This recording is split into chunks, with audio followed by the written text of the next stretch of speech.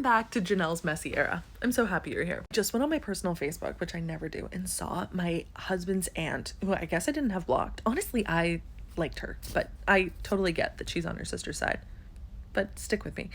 Had DM'd me twice. She double messaged me over a week ago. The first one says, if you're gonna bitch about your in-laws on your tube, then they should get half the money that you make. So I think we'd know from that 2 Truths and a Lie episode I shared, if that was one of the truths, that story I shared, where my mother-in-law might have got that idea in her head. And the second message goes, if you're going to complain about your husband's aunts, then why didn't you say anything that day? That day is, of course, that anniversary party I went to where no one spoke to me or my sister-in-law. And like at first glance, maybe she's got a point about that party thing. Like, okay, if I was so upset about them not talking to me, why didn't I say anything instead of posting it online? I don't know. Is that not a scenario that's happened in human interactions, tale as old as time? A person comes in, outsider, and there's a big clique, a big gang of people, and they don't say anything, or they say mean things, or in this case, they speak to that person's child and tell their child to go into photos with strangers, but don't speak to them. Is that not objectively rude? It's not objectively rude for a bunch of grown women a generation older than me who are hosting a function to just stare at me the whole time and not speak to me. I was supposed to let them know that that was maybe making me feel uncomfortable? Okay.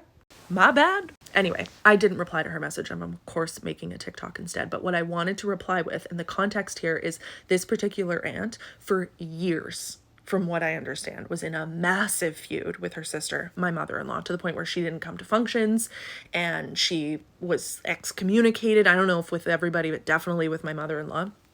And they reconciled shortly before our wedding. So she came to our wedding. What I was going to reply with was, before you grab your torch and pitchfork for your sister, you should know that when my husband and I would use his name because she knows him. When my husband and I started dating, he told me that, oh, well, we don't see my aunt so-and-so because she did all these bad things and she's like bad and whatever. And then I became aware of what my mother-in-law's MO is. And I made my husband aware. I'm like, no, I think your aunt is actually fine. I think your mom just did that. And I was going to tell her, my husband and his brother, who I won't speak on his behalf, but definitely my husband, are still wary of you because of how much your sister complained about you to your nephews, how much vitriol she filled them with or had for you.